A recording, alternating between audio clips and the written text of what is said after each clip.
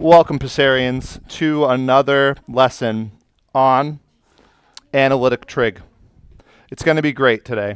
Today we've got a mix of sines and cosines, but we know what sine squared equals. We know that like the back of our hand. We know that sine squared can be swapped out to cosine, or 1 minus cosine squared, very easily. We also know that 1 minus sine of x, right? We know that that does not equal cosine of x, right? We know that this is not true unless there are squareds there. So we can realize that this can be changed out, and once that's swapped out, you actually are kind of in a pretty good spot, pretty good situation here. What you need to do is just simply distribute, combine similar terms, right? And keep it all to 0. So we're going to end up with, I'm going to kind of go through this like at the same time. So I'm going to have negative 2 cosine squared of x. That's this loop. Then this guy right here was 2, but I'm going to subtract 3 from that. So I'm going to have minus 1. That's that, 2 minus 3. And then I'm going to bring him down, plus 3 cosine of x. I don't know that that saved any time, honestly, but that's what I did. Okay, so I don't really like the leading term to be negative, personally. And you can't divide both sides by a variable. You're not allowed to divide both sides by a variable. But you can divide both sides by negative 1. So if you divide both sides by negative 1, you'll get plus, minus, plus. So now this is just a positive 2. This is a negative 3. And this is a positive 1. Is that factorable? It's basically... yeah, nice. It's 2x squared minus 3x plus 1. Okay, I'm going to factor it, the way that I factor it. And I would say that we have 2 cosines times a cosine. That's first times first from FOIL. First times first. OIL, last times last. Well, last times last is 1 times 1. And now I need to make sure that these outsides and these insides from FOIL, outside, inside, they have to get me negative 3. The only way that happens is if this was a negative 1, and this is a negative 2 cosine of x, and this is a negative 1, and this is negative cosine of x. In that case, the purples will add to the purple. So that's how you factor it without a snowflake. But if you need to do it a different way, that's fine. So what we'll do is we'll just set both of those to 0, and we'll solve them. I kind of don't even want to finish the problem, if that's all right with you. Do you want to talk about anything from the problem? I think we're good. Go ahead. Yeah, it'll end up being cosine of x equals 1 from here, and then it'll end up being cosine of x equals 1/2 from there. And then you'll just get your angles, cosine of pi plus pi n, or 0 plus pi n. So, well, we're here. So this is going to be x equals pi n. We good. And then cosine of 1/2, that's pi over 3, isn't it? Pi over 3. So pi over 3. And this one's kind of annoying because it's like, it's all students take calculus, so it's going to be here as well. I should have made it steeper, but you get the idea. So it's pi over 3, and it's 5 pi over 3? All students take calculus. 5 pi over 3. Yeah. Plus 2 pi n. Plus 2 pi n. Okay. It's all recorded, so you can go back and slow it down if you need to. You noticed how I did all this like algebra here from step 1 to step 2. My apologies, but trust me, and if you need to go back and check the algebra, you'll be okay. When I took courses in college, feel free to try the checkpoint as I'm rambling here, so feel free to try checkpoint. So when I took courses in college, whenever they would like get to algebra, they would just like fly, and they'd be like, you know the rest. And sometimes they would just stop doing the problem because they just knew you knew how to solve a system of equations. They were like, this is child's play. And sometimes I would like write down furiously all this algebra they were doing, and then like an hour later or like 3 hours later, go back and like verify how he did all the things he did, and they were usually right. So, not that I'm trying to push you to that limit, but it's just something to be aware of as you get into more higher level math courses. If you major in math or engineering or something like that, they're gonna fly. They're gonna fly. Okay, well, pause the video and give this problem a try if you haven't already. And we'll see you in just a moment. Good luck. Okay, here's what I'm going to do. I'm going to not talk and do the problem while you have this and you're trying it. So you're trying it at home or you're trying it in class, and I'm just going to work it out while I'm here. So here we go.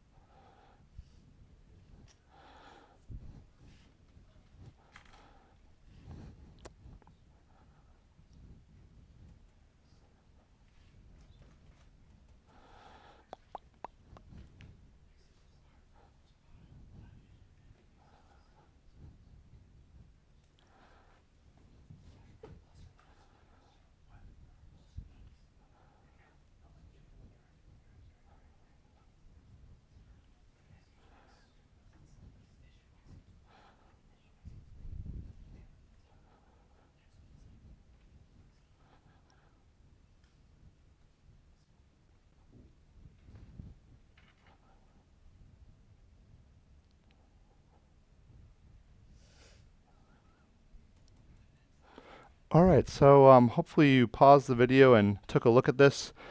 I don't know how it went getting to the end, but I think I probably would confuse some people towards the end. Let's talk about it. So what I did was I realized that tangent of x equals 1 on the purple line. You probably see the purple line. It's diagonal. And I also realized that tangent of x equaled -1 on the green line, right? And I happened to notice that they were like a beautiful pinwheel, perfectly symmetrical and spaced out beautifully, right? And so the most efficient way to write the answer would be to write pi over 4 plus pi over 2n. Each time I'm adding pi over 2, I'm adding pi over 2.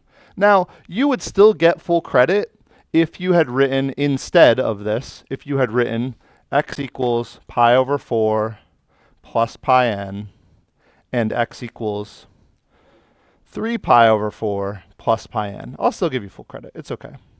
Maybe if I feel like it and I like ask an extra credit question, I say write it the most efficient way, you know, just because I'm trying to come up with a bonus, I might do that. But this is also a full credit answer. It's just a less efficient way to write it. But the most efficient way to write it, this is the really good way to write it. Really happy about that. Okay. And this one's kind of like, you know, that smiley face that's like half a smile, you know? You know the one. Okay, cool. Let's go on. There's no time like the present, right? So this next question says squaring and converting to a quadratic type. Remember, this will be posted online if I'm going fast. You can slow it down, scroll back, and you can always ask me questions, email, whatever you got to do. It's kind of like, here's the deal, guys. I don't know that it would normally say this on a quiz or a test, square it and convert it, but it did say it today. So what I see is that I kind of like when they're squared because of the window, the sine squared plus cosine squared equals 1. I kind of like when they're squared. So what we're going to do here is we're actually going to square both sides, okay? And when we square both sides, the right side's sine squared of x, and the left side, just stay with me here, people. It's cosine squared of x, okay, plus 2 cosine of x plus 1.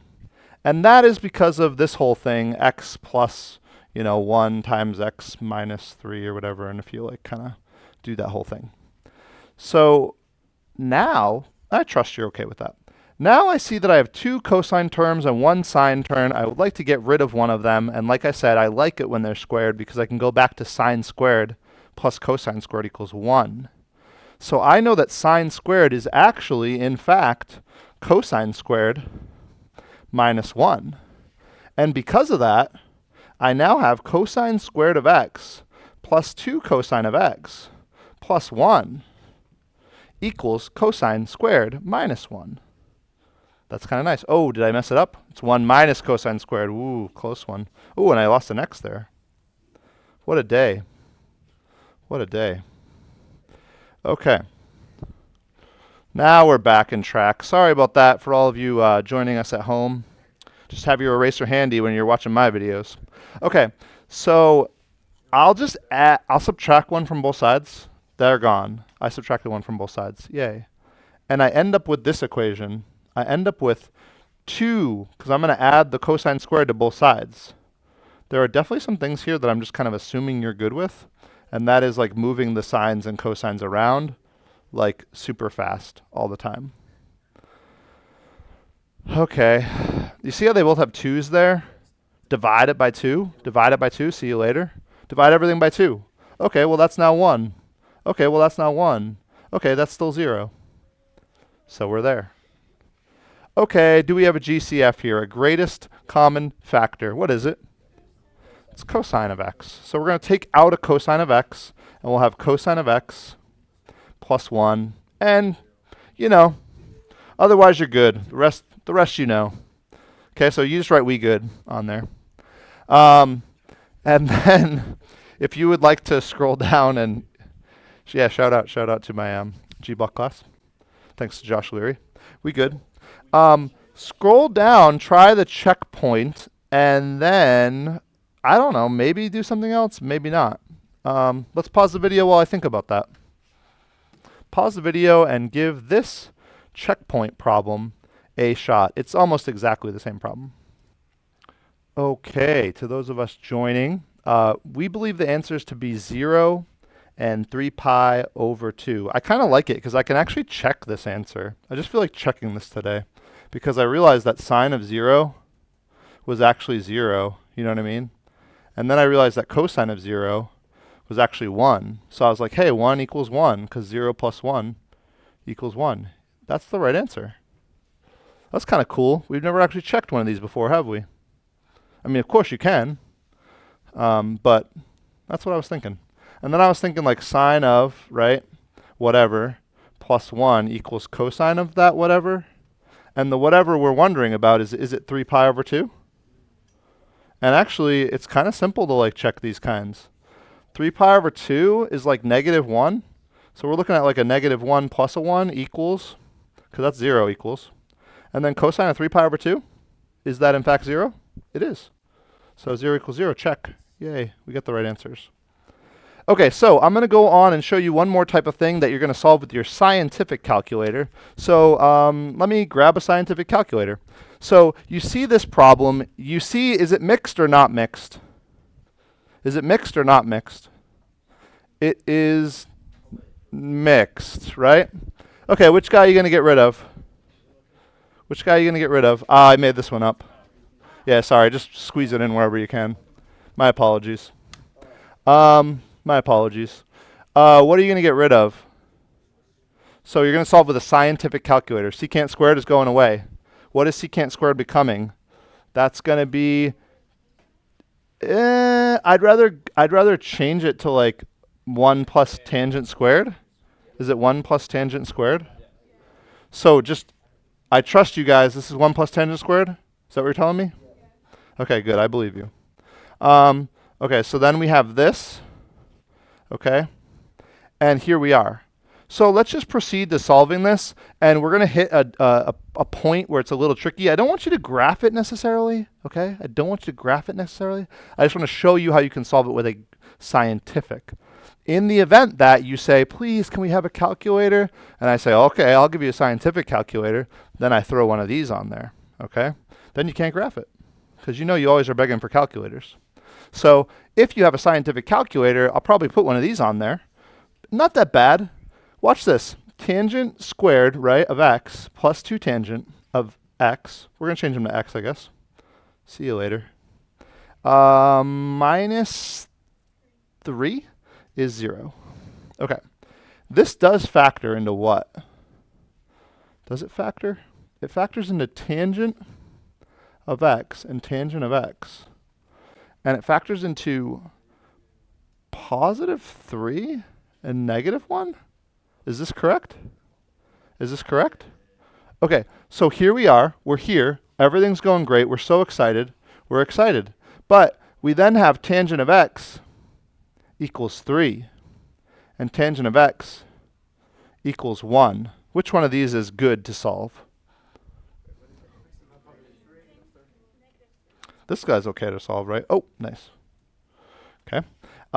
This one we can solve, right? So this is fine. It's x equals pi over 4. I don't know what it said to solve on, but that's okay. X equals pi over 4 plus, I don't know, isn't it? Is it plus pi n? Okay, done. Then we're here. Then we take out our scientific calculator. So let's go ahead and project a scientific calculator here on the screen for those of you joining us at home. How do we get rid of tangent? What's the opposite of tangent? Tangent's canceled out by what? Oh, that's the reciprocal. Arctangent. We're going to arctangent, and we're going to arctangent both sides. So we're going to have arctangent of, sorry for this, tangent of x equals arctangent of negative 3. You see what I'm saying? Is that okay? I understand that's a little squishy. Arctan of tan is nothing. Arctan of tan is gone. X equals arctan of negative 3. And you're not going to need your scientific calculator for very much, but you're simply going to take your scientific calculator and you're going to type in arctan. This is a great opportunity to tell you that tan to the negative 1 is not cotangent. It is arctangent. So we're just going to do arctan of, could you tell me again? Arctan of negative 3, enter. There you go. That's in degrees, so we're going to change that to radians. Negative 1.249. Negative 1.249, and we solved it without a graphing calculator. The answer was negative 1.249. X equals that. I guess technically you could add pi n to that too, huh? Crazy. Whoops, sorry about that. We'll just scribble it out. Why erase it, you know? All right, that's the end of this video. We'll see you in the next one. Hey, make sure you smash that like button, okay? Tick the notification bell, and it really helps me out with the YouTube algorithm. And we'll see you in the next video. If this video was helpful to you, you know, just put something in the comments, you know? Hit the like button. Let me know. Love interacting with my subscribers. Thanks so much. Bye. I'll see you in the next video. Peace.